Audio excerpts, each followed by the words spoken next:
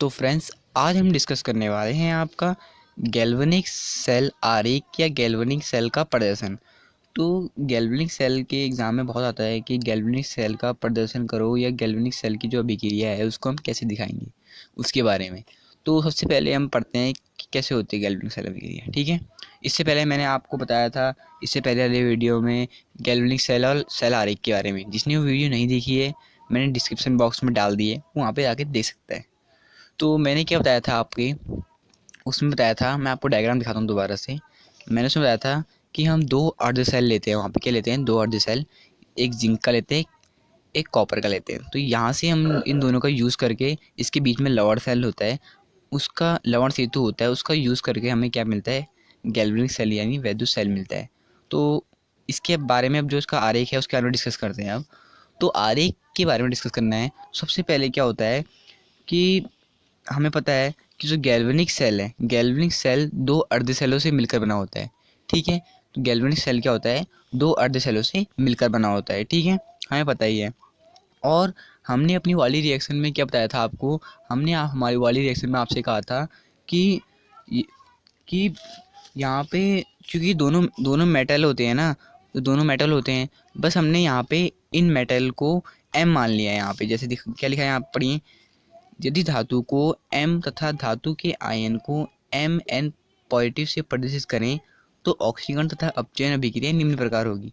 यानी जो यहाँ पे मैंने लिखा था कि जिंक, आपका जिंक 2 पॉजिटिव में चेंज होगा, 2 इलेक्ट्रॉन डोनेट करेगा, उसको मैंने यहाँ पे जिंक है तो जिंक को मैंने वहाँ M मान लिया है और कॉपर को भी M मान लिया, क्योंकि दोनों मेटल्स हैं। और इनके जो आयन्स है, यानी जो जिंक ने 2 इलेक्ट्रॉन डोनेट करे हैं उसको क्या मान लिया मैंने, Mn पॉजिटिव, यानी 2 इलेक्ट्रॉन डोनेट करें तो मैंने वहाँ N पॉजिटिव, मतलब जितनी भी इलेक्ट्रॉन डोनेट करे हैं वहाँ पे N उसकी संख्या हो गई। तो उसके बाद मैंने अपचयन और ऑक्सीकरण अभिक्रिया बताई थी आपको किस प्रकार होती है, तो यहाँ पे भी वही होगा। तो यहाँ पे अपचयन और ऑक्सीकरण अभिक्रिया दो प्रकार से होगी। कैसे होगी देखते हैं।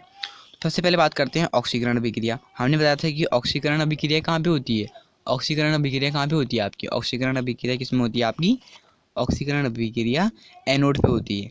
तो मैंने माना कोई मेटल है M, तो उसने अपने 2 इलेक्ट्रॉन डोनेट करके क्या बन गया आपका, वो Mn, वो टूटा आपका और उसने क्या बना, एक आयन मुक्त अपने N इलेक्ट्रॉन में चेंज हुआ और उसने N इलेक्ट्रॉन आपकी डोनेट कर दिए।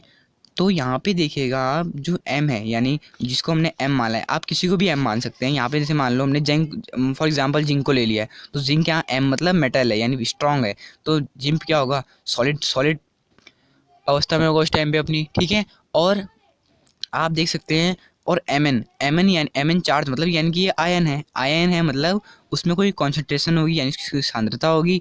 तो सांद्रता को हमने C1 मान लिया है, क्योंकि देखो जो आयन होते हैं वो आपकी पूरे विलेन में होते हैं, इसलिए हमने उसकी सांद्रता C1 मान ली है। ठीक है, फॉर एग्जांपल आप कुछ और ले सकते हैं, जैसे एग्जांपल समझेंगे तो समझ में आएगा। जैसे एग्जांपल दिया है मैंने यहाँ पे इसका Na, जैसे Na है कोई आपका धातु, वो आपका Na positive plus 1 electron donate करके आपका एनोड की अभिक्रिया दे रहा है। तो उसी प्रकार मैंने इसको यहाँ पे लिखा है, क्या करा है, N की जगह यहाँ पे 1 होगा और N की जगह यहाँ पे क्या होगा, नंबर ऑफ आयन में कितने नंबर है वो उसकी N को दिखाएगा। ठीक हो गया।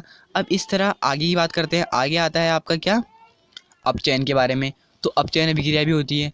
अपचयन अभिक्रिया में क्या होता है फ्रेंड्स, ध्यान से सुनिएगा। अपचयन अभिक्रिया में ये होता है, अपचयन अभिक्रिया हमें पता है कैथोड में होती है। यहाँ पे क्यों मैंने दिखा रखा है स्ट्रक्चर में, अपचयन अभिक्रिया किस में हो रही है आपकी, कैथोड में हो रही है। ठीक है, अपचयन कैसे हो रही है, मैंने इससे पहले वाली वीडियो में आपको बता रखा है, जिसमें मैंने 11 टॉपिक डिस्कस करा था आपसे। ठीक है, तो ये तो हो गया आपका। तो यहाँ पे क्या बोला, अपचयन में क्या होता है कि जो धातु से जो इलेक्ट्रॉन्स जो होते हैं वो दूसरे धातु के साथ मिलकर आपके उसके आयन के साथ मिलकर वो इलेक्ट्रॉन क्या होते हैं, एक मेटल में कन्वर्ट हो जाते हैं। ठीक है, फॉर एग्जांपल दैट जैसे यहाँ पे एक Na पॉजिटिव है प्लस 1 इलेक्ट्रॉन है, तो ये आपस में मिलकर आपको क्या बना देंगे, सोडियम मेटल बना देंगे, जो कि बहुत स्ट्रांग होती है। और इसीलिए जो मेटल है यहाँ पे वो सॉलिड होगी, और जो क्योंकि आयन्स हमेशा आपके किस फॉर्म में होते हैं, लिक्विड फॉर्म में होते हैं, इसलिए यहाँ पे इसकी कॉन्सेंट्रेशन मैंने C2 मान ली है। तो समझ में आ गया होगा आई थिंक आप सब लोगों को। तो आगे की बात करते हैं, तो इसको प्रेजेंट कैसे करते हैं आपके सेल आरेख में, कैसे प्रेजेंट करते हैं कि अगर दोनों अभिक्रियाएं हो रही है तो उसमें सेल वैद्युत सेल तो है ही, तो उसे रिप्रेजेंट कैसे करेंगे देखते हैं।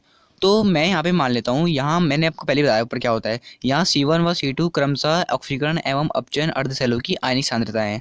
आयनिक सांद्रता है मतलब जो आयन के साथ सांद्रताएं होती हैं उनको क्या बोलते हैं, आयनिक सांद्रताएं। क्योंकि C1 ऊपर माने तो C1 हो गया, यहाँ पे C2 माने तो C2 इसकी सांद्रता हो गई। ठीक है फ्रेंड्स, आगे डिस्कस करते हैं। तो आगे क्या होता है, ठीक है, आगे होता है आपका ऑक्सीकरण अर्धसेल दो, जो कि एनोड का बना होता है। दिख रहा होगा आपको ऑक्सीकरण इसमें हो रहा है, तो ये किसका बना है, एनोड का बना है, यानी जिंक का बना है। तो आप कुछ भी आयंस, कोई भी मेटल ले सकते हैं। ठीक है, अब आगे डिस्कस करते हैं। आगे क्या कह रहा है कि एनोड का बना होता है, ठीक है, को बाई तरफ तथा अपचयन अर्धसेल जो कि कैथोड का बना होता है, यानी अपचयन जिसमें होता है वो कैथोड का होता है, तो उसको हम बाई तरफ रखते हैं। और जो, ठीक हो गया, मतलब जो जिसमें आपका ऑक्सीडेशन होता है उसको हम अपना आपका बाएं साइड रखते हैं, और जिसमें आपका अपचयन होता है उसको दाएं साइड रखते हैं। ठीक है, अब आगे बढ़ते हैं इस वीडियो में। आगे कह रहे हैं, आगे कह रहे हैं इसमें कि दाएं तरफ रखते हैं, मैंने आपको बता दिया कैसे रखते हैं। दोनों के बीच समांतर रेखाओं के द्वारा लवण सेतु को दिखाया गया है। लवण सेतु देखो, इसमें हमने लवण सेतु को ऐसे दिखाया था आपका, लेकिन उसमें लवण सेतु कुछ अलग टाइप से दिखाया गया है। तो उसको रिप्रेजेंट करने का तरीका है छोटे फॉर्म में। अब पूरा ये थोड़ा लिखेंगे हम उसमें अभिक्रिया में, तो देखते हैं कैसे लिखते हैं। अब देखो ये है मेन, ये है कि आपका सेल आरेख कैसे रिप्रेजेंट होता है। मेन कॉन्सेप्ट तो इसका यही है कि सेल आरेख आपका कैसे रिप्रेजेंट होता है। ठीक है, तो यहाँ पे देखिएगा आप क्या हो रहा है, सेल आरेख। सेल आरेख का मतलब है, मैंने क्या बोला था आपका, लेफ्ट साइड जो होता है आपको कौन सा होता है, ऑक्सीडेशन, एंड राइट साइड क्या होता है आपका, रिडक्शन। यानी इस साइड आपका ऑक्सीकरण और इस साइड क्या होता है, अपचयन, और बीच में दो समांतर रेखाएं होती है जिसको बोलते हैं हम आपका लवण सेतु। तो यहाँ पे क्या हो रहा है, ऑक्सीडेशन हो रहा है, मतलब ऑक्सीडेशन का मतलब क्या होता है, इंक्रीजिंग इन ऑक्सीडेशन नंबर, यानी ऑक्सीडेशन नंबर में इंक्रीज हो रहा है, यानी मतलब ऑक्सीकरण संख्या बढ़ रही है। तो यहाँ पे दिख ही रहा है आपको, फर्स्ट रिएक्शन भी दिख ही रहा होगा। यहाँ पे देखो, यहाँ पे अगर हम मेटल की ऑक्सीडेशन स्टेज चेक करें तो यहाँ पे आपके मेटल की ऑक्सीडेशन स्टेज 0 है, बट यहाँ पे तो आपकी N+ दिखा रहा है ऑक्सीडेशन स्टेट। ठीक है, तो मतलब M जो सॉलिड है, मतलब जो मेटल सॉलिड है, वो बाद में अपने आयन में कन्वर्ट हो जा रहा है, और उस टाइम पे उसकी सांद्रता कितनी है आपकी, C1 है।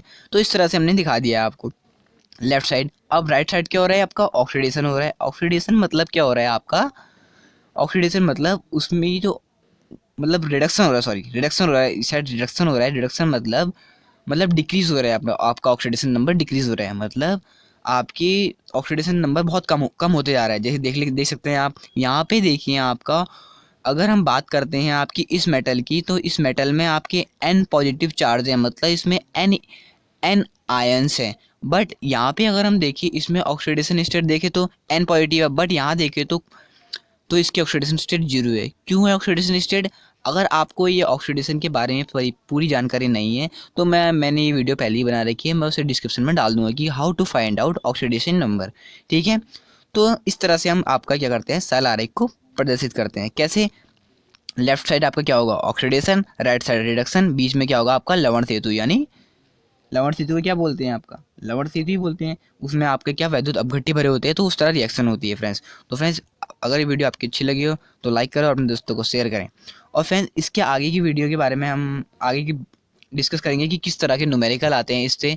तो friends, thank you to watch this video. अगली वीडियो में हम डिस्कस करेंगे फ्रेंड्स कि किस तरह से इसके न्यूमेरिकल आते हैं, तो वो आप मेरी वीडियो के नेक्स्ट पार्ट में देखेंगे friends. Thank you to friends watch this video.